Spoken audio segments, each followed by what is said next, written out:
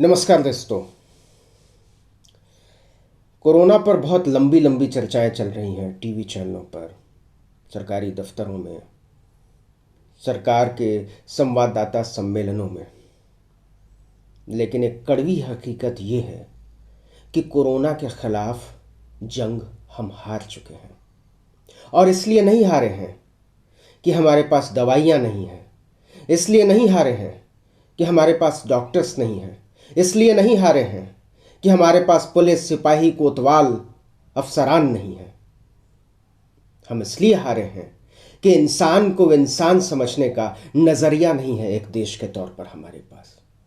हमने इस देश के करोड़ों लोगों को सड़कों पर, फुटपाथों पर, खेतों में, गलियों में चलने के लिए, फिरने के लिए, भटकने के लिए सिर्फ इसलिए छोड़ दिया है क्योंकि हम उनके जिंदगी को जिंदगी नहीं समझते।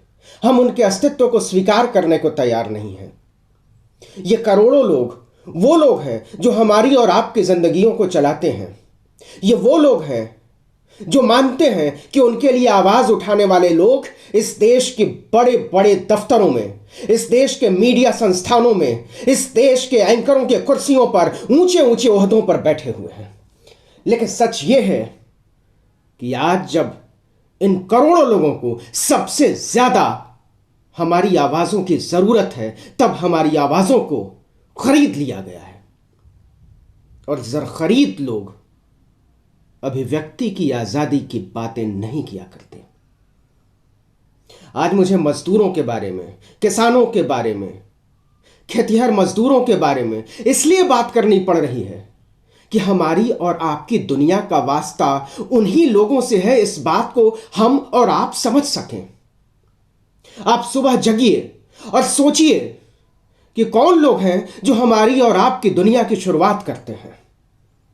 पिछले 1.5 महीने से हम और आप अपने घरों में कैद हैं, तो हम फेसबुक पर स्टेटस डाल रहे हैं, बर्तन मांजते हुए, सब्जी काटते हुए, झाड़ू लगाते हुए, पोछा लगाते हुए। और हम मानते हैं कि हम वो काम कर रहे हैं जो दरअसल हमारे लायक नहीं है, हमारे स्तर का नहीं है। और हम उसमें कोई नॉस्टैल्जिया ढूंढने की कोशिश कर रहे हैं। हम 3 घंटे 4 घंटे घरों की सफाई में खपा देते हैं, थक कर सो जाते हैं और सोचते हैं कि आज का दिन निकल गया। पहले क्या करते थे? आराम से जगते थे। सिर्फ आप घर का दरवाजा खोलते थे और जब तक कि आप दूसरी झपकी पूरी करते थे, तब तक आपका घर साफ, तब तक आपके बर्तन साफ, तब तक आपका खाना तैयार।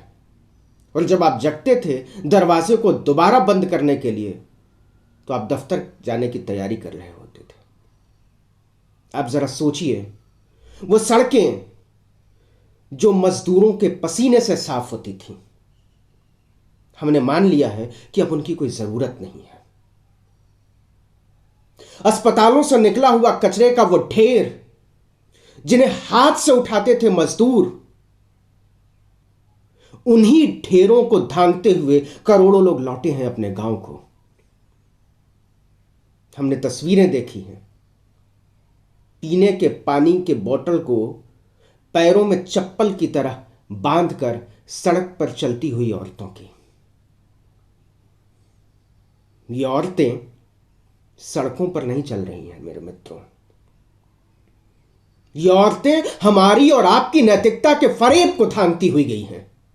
ये हजारों लोग जो छोटे छोटे बच्चों को अपनी गोदी में उठाकर पैदल, साइकिल पर, रिक्शे पर, तिपहियों में बैठकर हजारों किलोमीटर दूर के फासले पर निकल पड़े हैं,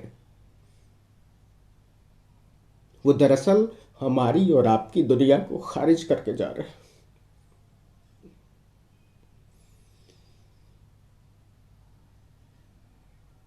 हमने उनके अस्तित्व को नहीं खारिज किया है क्योंकि हमारी हैसियत नहीं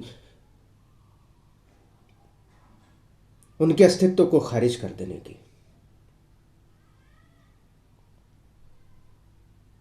दरअसल इन लोगों ने हमारी दुनिया को खारिज कर दिया है।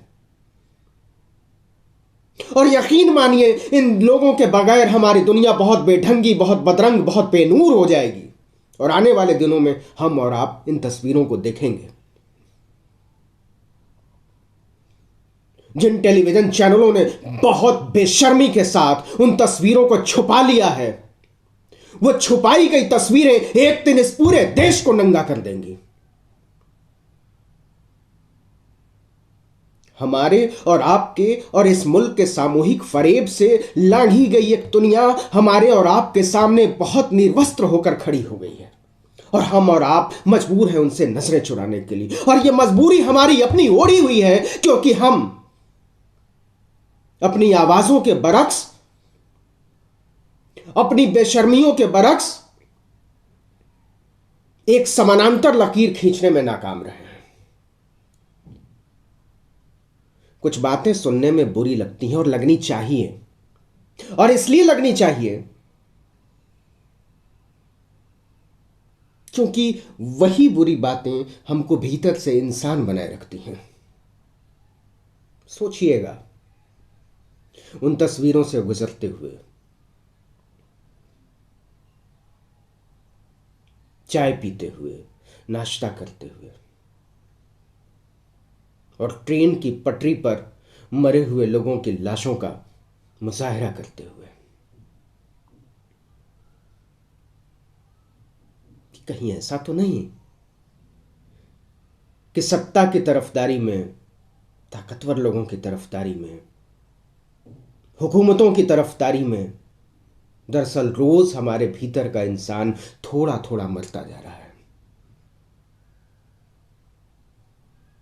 अगर हम वाकई गांधी के देश हैं तो हमको सोचना पड़ेगा कि ये वो देश नहीं है जिसको बनाने के लिए इस मुल्क के किसान, मजदूर, गरीब लोग अपना सब कुछ दांव पर लगाकर गांधी बाबा के कहने पर कूद पड़े थे जंगे आजादी में। कहीं ऐसा तो नहीं है कि हमने कभी सोचा ही नहीं कि इन मजदूरों के बगैर, इन मेहनत कशों के बगैर, इन गरीब लोगों के बगैर, इन औरतों के बगैर, इन बच्चों के बगैर, इन बुजुर्गों के बगैर हमारी दुनिया कैसी हो जाएगी। एक बार सोचिएगा, क्योंकि सोचना जरूरी है। सोचेंगे तो कुछ बदल भी लेंगे। बहुत बहुत शुक्रिया।